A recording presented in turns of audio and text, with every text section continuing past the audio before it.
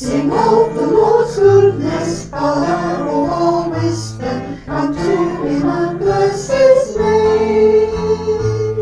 Mercy he has shown us, his love is forever, faithful to the end of days. Amen, all you nations, sing of the Lord's goodness, melodies of praise and thanks to God. Bring out the Lord's glory, praise him with new music, worship him and bless his name. Power he has wielded, honor is his garment, risen from the snares of death. His word he has spoken, or bread he has broken, new life he now gives to all. Amen, all you nations, sing of the Lord's goodness, melodies of praise and thanks to God. Bring out the Lord's glory, praise him with your music, worship him and bless his name. Courage in our darkness, comfort in our sorrow, Spirit of our God most high.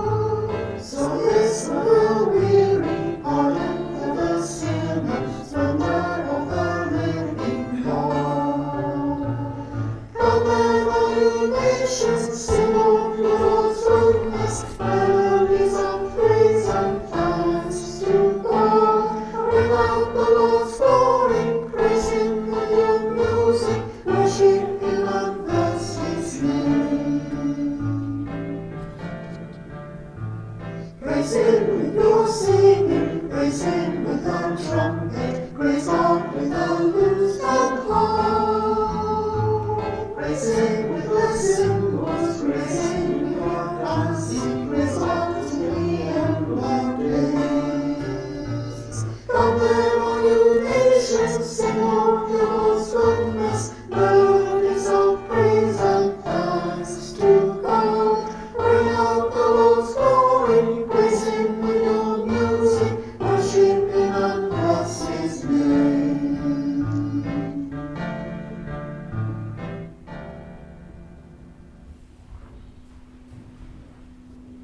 Let us pray. God, who wears no mask, you show yourself in Jesus. Gathered to sing of your goodness, our voices are stifled just now. We know we will sing again of the wonder of your love for us. A love we can know, a love we can share. Our praise comes from thankful hearts. Our adoration stands in awe of creation. We are yours, humbled and yet proud. As we walk, we deepen our love for justice. We do kindness in your name, reaching out beyond those walls. Amazing God, renew our walk with you. Amen. Amen.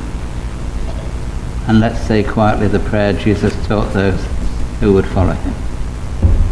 Our Father, who art in heaven, hallowed be thy name.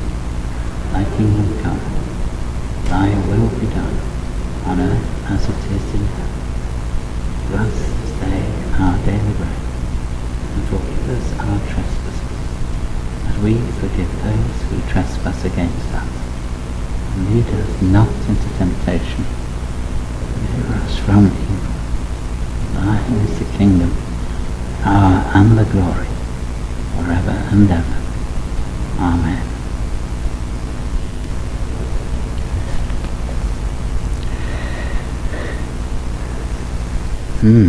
Okay. Our theme today is bringing people to Jesus. And so I just want to ask you some things about what are the big issues in our world beyond the pandemic and vaccination, because you get those every news briefing that's on the screen. So what are the big issues facing people in our world today? Loneliness, okay. Yep. Climate change, yep. Okay. Poverty, good one, yeah. Yep. Starvation, food shortages, okay. Okay. Yep. Yep, okay. Yep. Right, okay. Okay. I wanted to just focus on a couple of those if we can. You didn't put drinking down.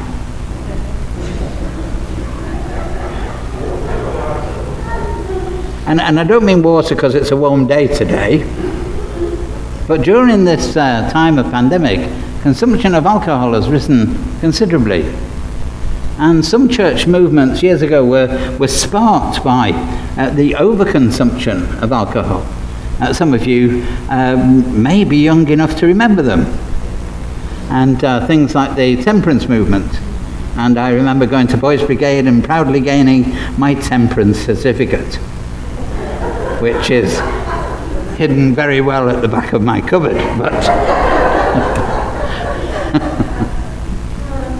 yes, okay. Do you know, there is one word that is used almost as many times as the word God in the Bible. And I wonder if you can hazard a guess at what it might be. It's here in your concerns. Love, well, love, it's not the one, but that's a good one. Water's good, but it's not the word. Good try. Good try. Yeah, you managed to squeeze that wine in there somewhere. That's very good. Yeah?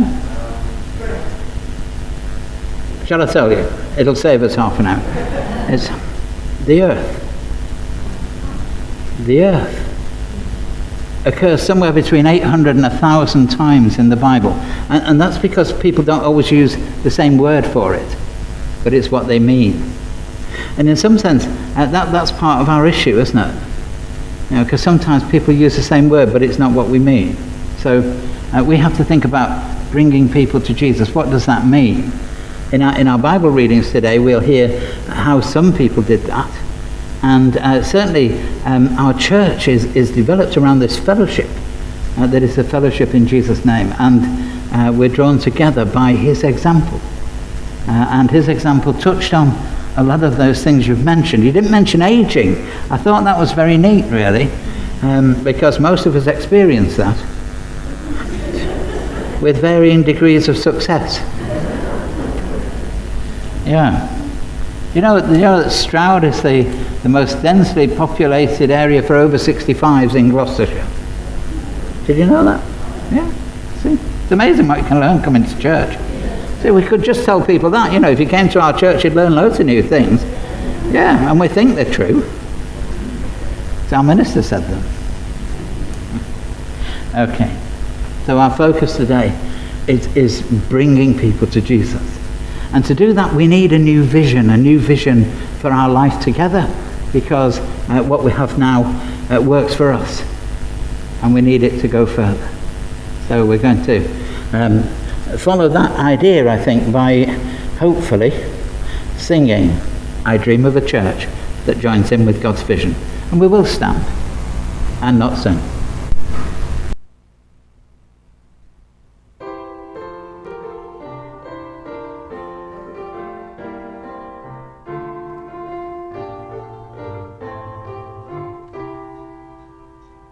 I dream of a church that joins in with God's vision, of a people who live without counting the cost. She trusts in the Spirit of Christ. Jesus' mission lifts out the oppressed with good news for the lost. I dream of a church that joins in with God's laughter, rejoices in justice and shares all freely, turns over the tables of money disasters, and the boundless of wealth in a new jubilee. I dream of a church that joins in with God's promises, dancing in a swirling starskirt made from light cosmic love, like the prophets of old who lead people by dancing, unafraid of the pharaohs and from above. I dream of a church that joins in with God's caring as she rises through love, beyond love, refugee. This church that shines light on corruption and daring to forgive and embrace in God's community. Dear God, would you make us a people like Jesus, so we trust in your kingdom of unfailing grace, a traveling band of peculiar people on a journey towards your country life in this place.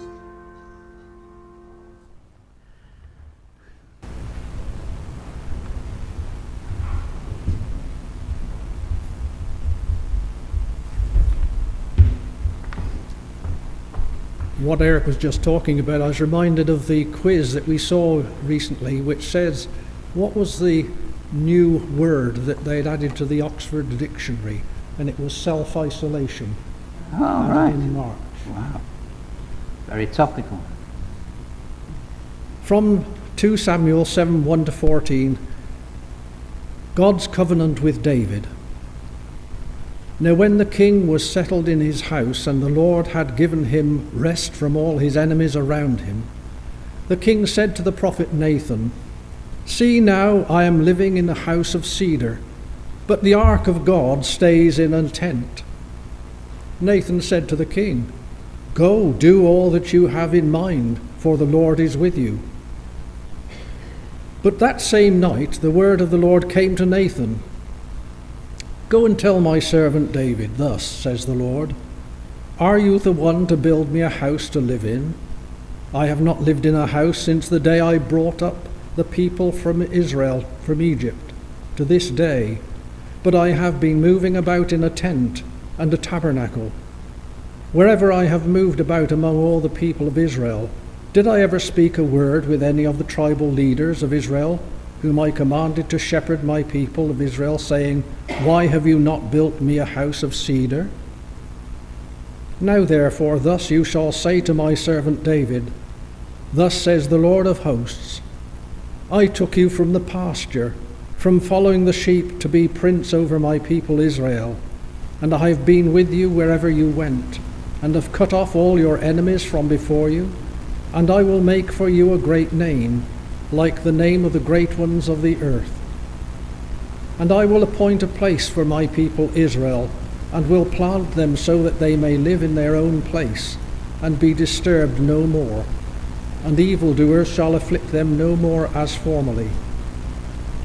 From the time that I appointed judges over my people Israel, and I will give you rest from all your enemies.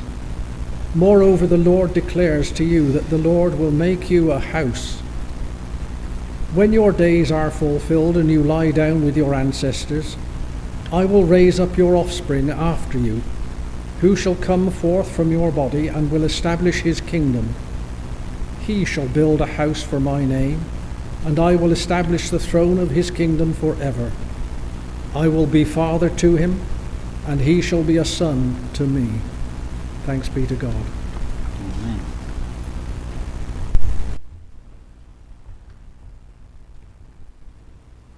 Ubi caritas et amor, ubi caritas Deus ibi est. Today's Gospel reading is from Mark 6, verses 30 to 34. Jesus feeds a great crowd. The apostles returned and met with Jesus and told him all he had done and taught. There were so many people coming and going that Jesus and his disciples didn't even have time to eat. So he said to them, Let us go off by ourselves to some place where we will be alone, and you can rest for a while. So they started out by themselves for a lonely place. Many people, however, saw them leave and knew at once who they were. So they went from all the towns and ran ahead by land and arrived at the place ahead of Jesus and his disciples. When Jesus got out of the boat, he saw this large crowd, and his heart was filled with pity for them, because they were like sheep without a shepherd. So he began to teach them many things.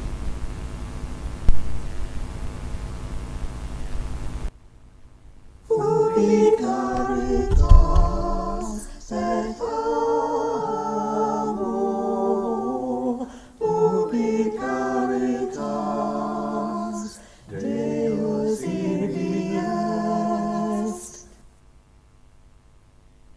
Jesus heals the sick at Gennesaret. They crossed the lake and came to a land, Gennesaret, where they tied up the boat. As they left the boat, people recognized Jesus at once. So they ran throughout the whole region, and wherever they heard he was, they brought to him sick people lying on their mats. And everyone where Jesus went, to villages, towns and farms, people would take those who were ill to the marketplaces and beg him to let them at least touch the edge of his cloak. And all who touched it were made well.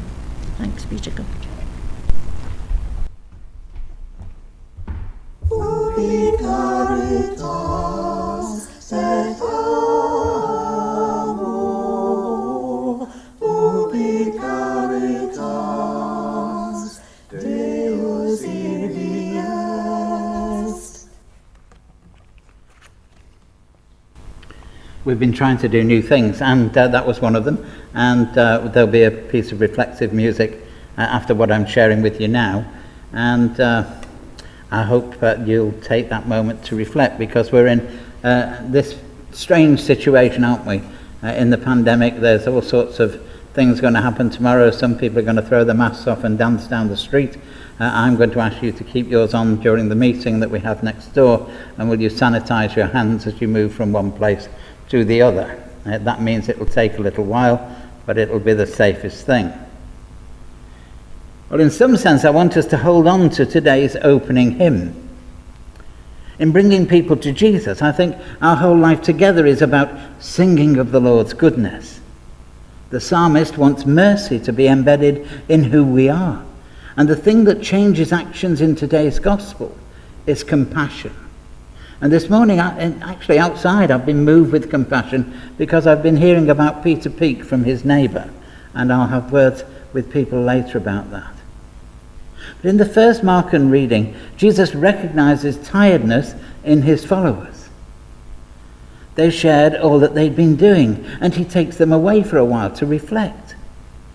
We hear of the busyness that got there ahead of them once people knew where they were going. And I wonder whether we might reflect on that for a moment in terms of our own lives.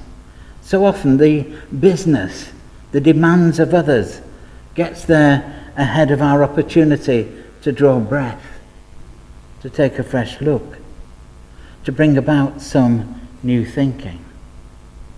We see ourselves in the model of Jesus, knowing the pain of others when we see it, hearing their stories, seeing their situations, and how wonderfully Clive has led us in recent weeks through images, and especially in the last year and a half, truthfully. But like Jesus, we have compassion. And we do see people like sheep without a shepherd. Jesus sits and talks things through. He teaches them, no doubt using the Beatitudes, and not like a tired old sermon, but as compassion speak. Things that speak to the heart of their concerns. Using stories to tell them how to remedy some things. And we'll be doing that today. We have the Holy Spirit to guide us, as Jesus promised, no longer without a shepherd. We, the sheep, must share together in what we can do in bringing people to Jesus. But that second section in Mark tells us something of the overwhelming demand that faced Jesus in his journey, which in Mark is always part of the journey to Jerusalem and all that will happen there. We see the people using ingenuity, physical strength, and the gifts of hope and faith that existed amongst them to bring people to Jesus. But more than that, love moves them to bring the needy for healing. We need very little additional motive for bringing people to Jesus. It seems that people were always drawn to the possibility of being with Jesus. The word was out. This is the man. Hope of healing so often became the experience of healing as he laid hands on so many. And as we heard today, if people could just touch his cloak, what it means really is if people could just get that nearness, they would find some healing in their own lives. And that's one of the gifts we have, I think. Because I know that this is true. I think it is when love touches your life that healing begins. For the very ill, that touch means one thing. For the leper, the touch means something else. And here in Jesus, people find comfort, not in the soft sofa meaning of that word, but in the reality of life, with its twists and turns, its fearfulness and hopelessness that can be our experience. But when love touches your life, you will know it. And the hurt, the lonely, the broken, the fallen, the failures, and the sinners look to Jesus and are met with amazing grace and unending compassion. So as we try to live out what it is to be his body in the world, we understand his tiredness, his need of space. There is none for him, not even time to eat. And we've all done it, eating the squeezed-in sandwich on our way to yet another thing, meeting yet another need. Well, Jesus does not only say stop, he says stop now. Come away, reflect and pray. Then we can be ready to meet new people. And the marketplace is described there as being full to overflowing, as it is in the world around us. So today we can use our church meeting as that reflective time and look at our mission, which quite simply is to bring people to Jesus. Thanks be to God. Amen.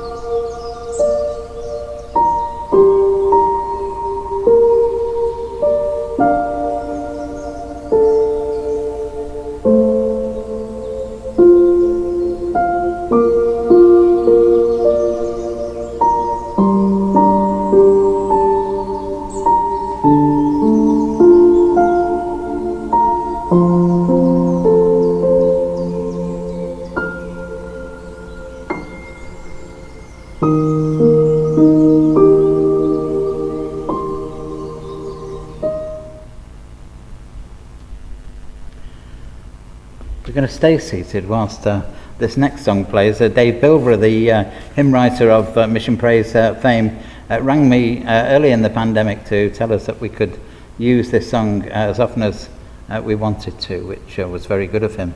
And after which Mary is going to lead us in prayer. So sit, listen, enjoy.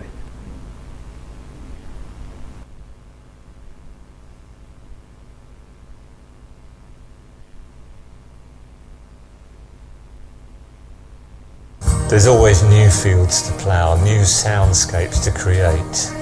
And maybe along the way we're going to rediscover some of the old. There's songs of hope, there's songs that help us to express our feelings, and there's songs that help us to draw from that deeper place where decisions and choices are made. In our music we're called not only to discern the sound of heaven, but also to identify the cry of the earth.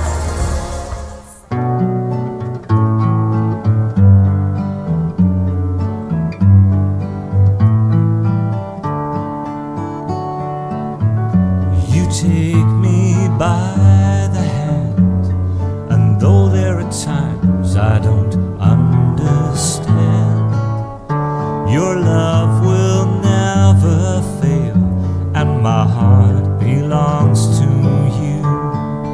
Even when the rain clouds break and the cold wind blows all around me, I will not be put to shame. Lord, my hope is in your name. You will carry me on your shoulders and lead me home. Carry me over troubled waters, carry me over stormy seas. When the skies are dark and heavy, by your grace you'll carry me.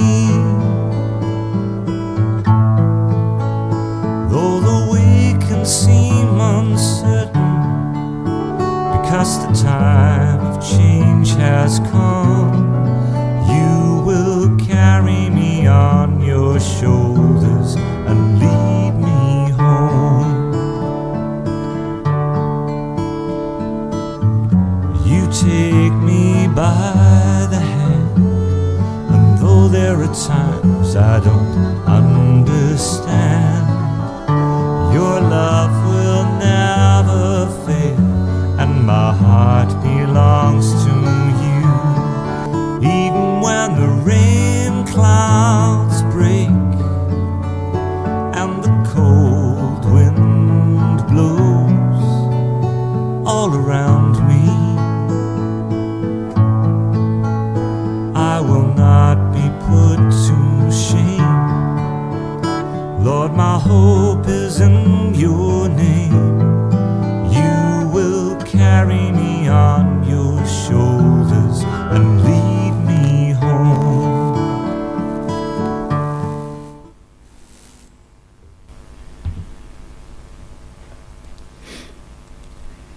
Let us pray.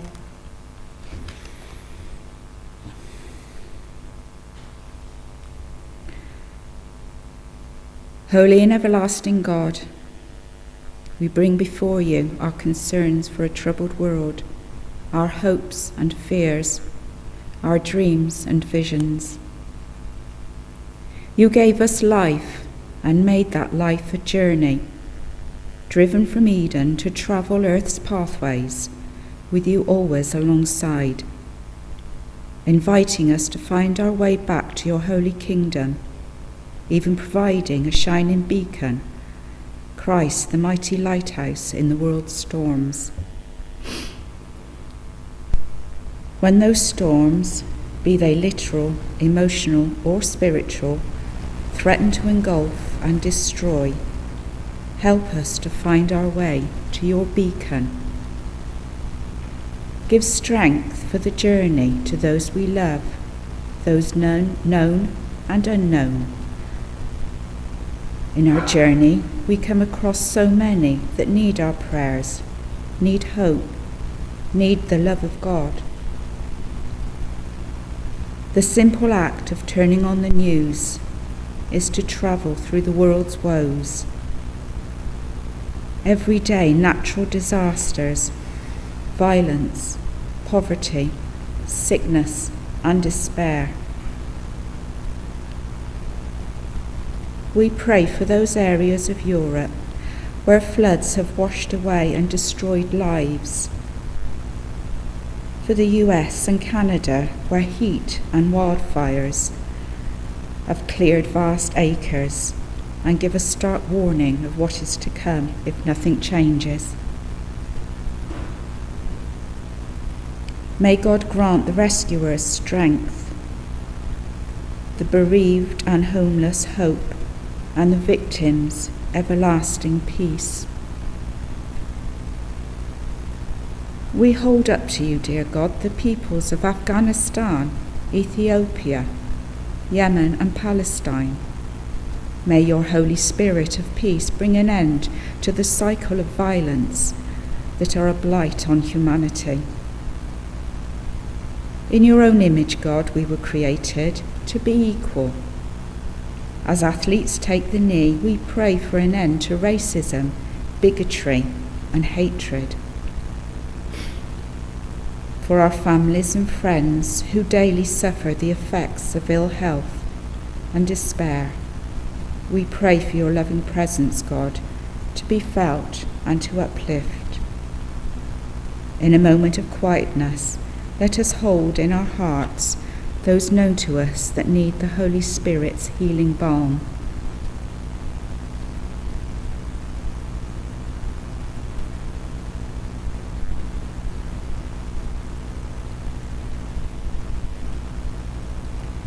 May the everlasting love of God strengthen and comfort them all. As we journey towards the future, we hold up to you, dear Lord, your church, both here in Robborough and those beyond the horizon. We seek to understand your will as we plan for our tomorrows. Help us to be a beacon of Christ's love in a world where the storm clouds blot out the sun, guiding the lost into the safe harbour of your gentle presence. In the name of Christ, the great light of the world. Amen. Amen. Thank you, Mary. One of the ways we can bring people to Jesus is by our prayer life, the thing we share together. We do that quite often through our prayer chain, and I don't know who's on duty this month, and I ought to, but somebody will tell me. It's Mary. Oh, there we go. Okay. Do you know, in 1983, 2/3 of the people in Britain said that they were of Christian background. 1983. In 2019, that was only 1/3. 1/3 of people. That's a massive change, isn't it? It's a massive change that's facing the church. And I looked online this morning, and if you got a few bob and you want one, there's about 25 of them for sale. Yeah, that's where the church is. So my questions today really are about the E word, and the E word is not electronic, you might be glad to know. Yeah, I certainly am. The E word is evangelism. Evangelism. So I'm going to just ask you to think for a moment, and I'll come back to it. What makes you feel uncomfortable about the word evangelism? Okay? Okay. So, and what obstacles do you think are in the way of our bringing people to Jesus? See, it was lovely that did you know that where Jesus and the disciples, they knew where they'd be, they'd go to the marketplace. And I wonder, does the church go to the marketplace? Is that where we're at? Or are we not? So that's one question. Are we in the right place when we're being church? Okay. The second really was the thing caused by neighbours this morning. When neighbours bring us concerns, can we feed back to them what we might do about those concerns? When we hear that they're concerned about something, be it the planet, their children, their partner, can we play a part in that? Can we help build community? That's our second one. How can we help build community? And you've faced this question many times before. So, back to question number one, the E word. What is it that makes you feel uncomfortable about it? Nothing. Great. We'll all start tomorrow. Okay. Go on. Yes. Okay. Brilliant. No. That's one of the big obstacles that stands in the way, isn't it? That quite often the word evangelicalism gets mixed in with evangelism. You'd have thought that somewhere somebody would have thought of some different words, wouldn't you? Yeah. And the idea of evangelicalism can be that, of course, only they have good news for you. And we believe in evangelism. We believe in sharing God's good news. We believe in working towards God's kingdom. It's what sets us apart sometimes. Some people think we're anti-royalist, which of course we're not. We offer our loyal devotion to the Queen at every General Assembly, and we do that on the basis that we love our nation, and we want our nation to reflect the kingdom of God. That's our ultimate aim. It doesn't mean we're going to take over tomorrow.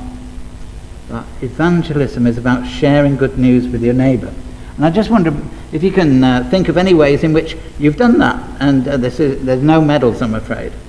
You know, this is the URC, we don't have medals. So, small ways, good ways. I'll give you a few because I know some of you. And I'm not slow at embarrassing, as you readily are aware. Okay. Carol went and took the knee with her neighbour. Yeah? She went and took the knee with her neighbour. Now, that's a lovely sign of solidarity, and boy, has that had some impact in this last few weeks. As those of you who are avid football watchers will know, that there has been the booing of people taking the knee. That has happened, it's been real. And the clapping of other people has gently overwhelmed the booing. And so we can take it that racism can be overcome. But it can only be overcome when those who are different no longer feel different. They feel they're equal, of a place and a space. It's called the kingdom of God. It's quite a simple place to share with people. In the kingdom of God, nobody has a higher place than another. Yeah, it's a great thing, the kingdom of God. But not everybody likes that, because some like to be higher than another. Okay. So somebody else must have done something good.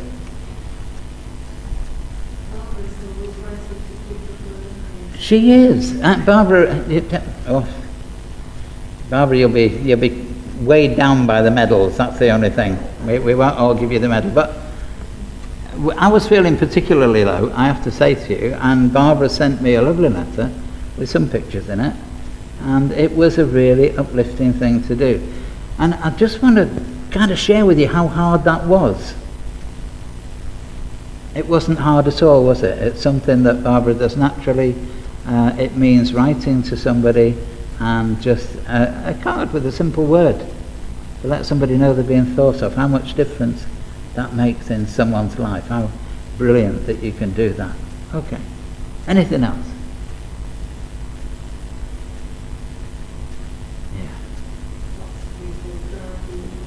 Yeah, I could list you all, really. I mean, you'd be very embarrassed if I list you all. Yeah. Some simple things, though. I mean, I know that my friend Aggie here has been able to go out for a walk, and she's not had to walk alone. And there's a famous song about that, actually. Sorry, it's the football thing. It'll be out of my system in another month, once I've stopped crying.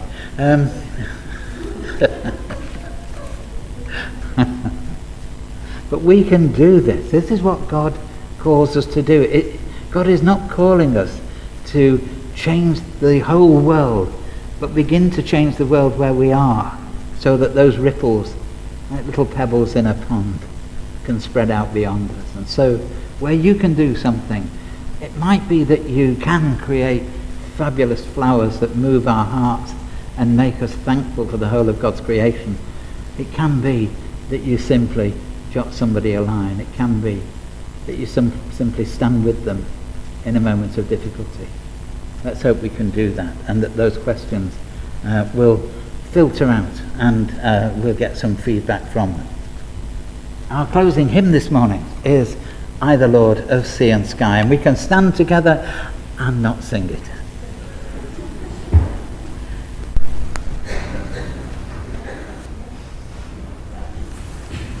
I, the Lord of sea and sky, I have heard my people cry, all who dwell in dark and sin, my hand will save.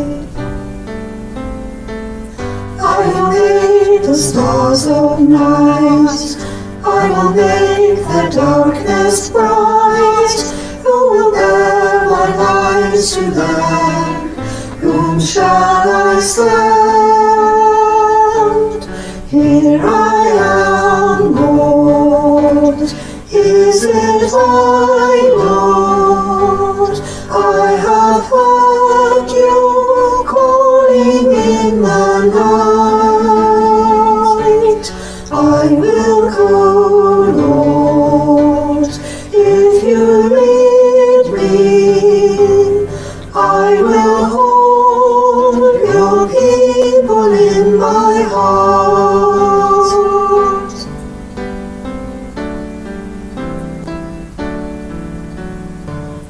I, the Lord of snow and rain, I have borne my people's pain. I have wept for love of them, they turn away.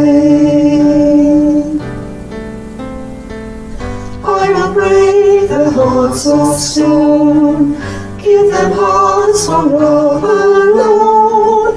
I will speak my word to them, whom shall I send? Here I am, Lord, is it I, Lord? I have heard you calling in the night. I will go, Lord, if you lead me. I will hold your people in my heart.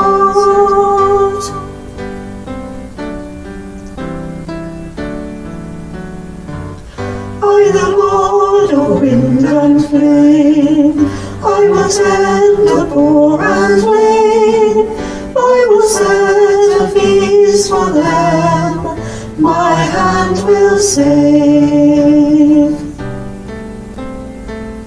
Finest bread I will provide, till their hearts be satisfied.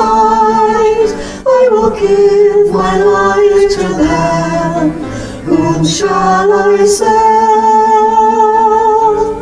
Here I am, Lord, is it I, Lord? I have heard you calling in the night. I will go, Lord, if you lead me. I will hold your people in my heart.